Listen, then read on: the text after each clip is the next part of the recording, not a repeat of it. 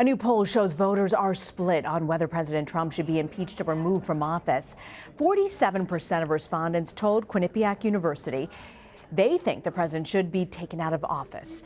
But 47% also disagree. Support for impeachment and removal has increased 10 points since Quinnipiac asked the same question almost a week earlier, before House Speaker Nancy Pelosi launched the current impeachment inquiry. A similar jump has also been seen around the beginning of the impeachment investigation into President Richard Nixon.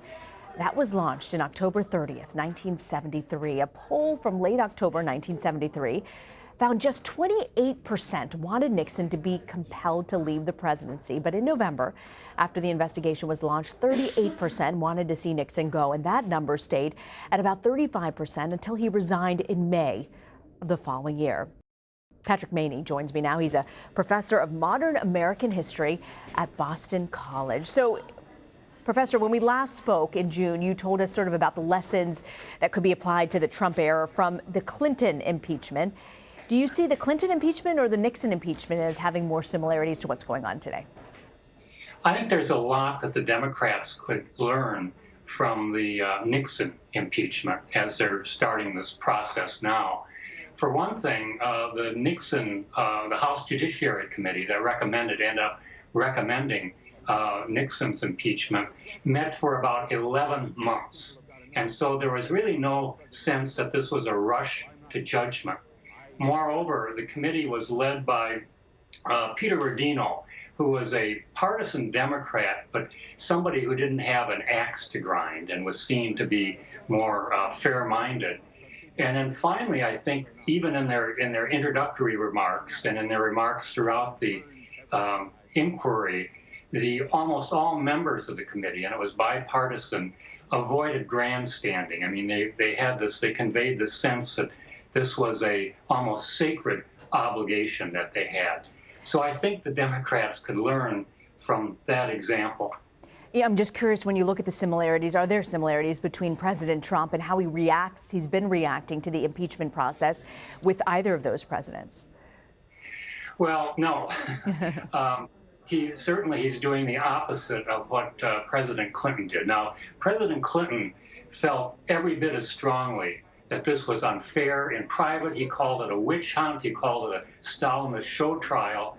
That was in private. In public, he just zeroed in on the tasks of being president. And his aides had never seen that kind of laser-like focus on the presidency. And the tour de force, actually, was at the height of the impeachment controversy in January 1999.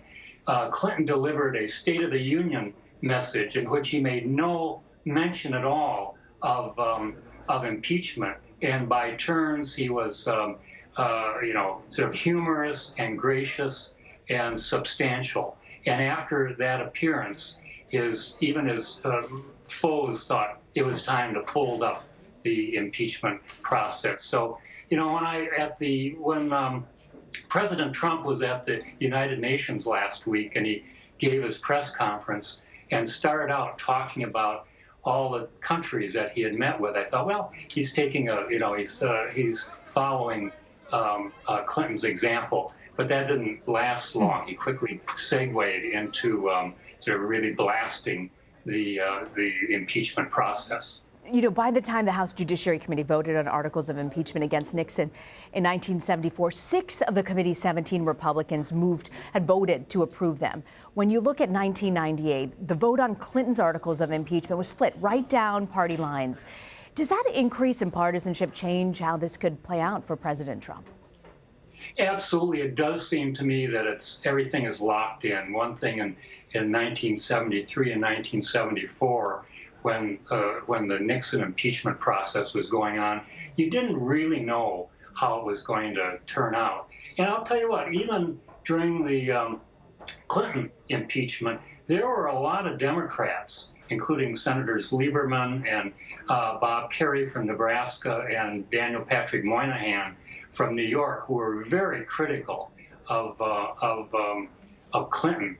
And I think there were some Democrats who would have been pleased to see him actually resign and turn the presidency over to Al Gore and give Al Gore sort of a leg up on on the next election. So even in the late 90s, you did have more partisanship than exists today. And I think right now it looks like, there's no mystery about what's going to happen. We know it's locked in.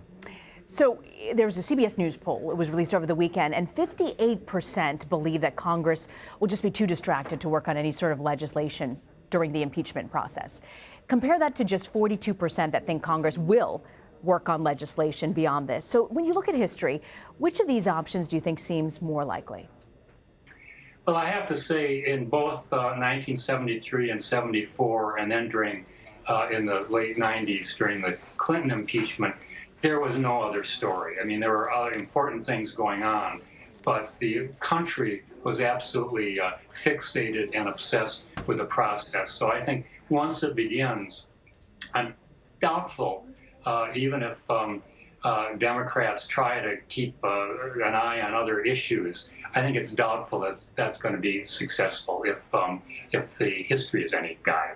All right. We always love getting your take and perspective on history. Professor, thank you very much for joining us.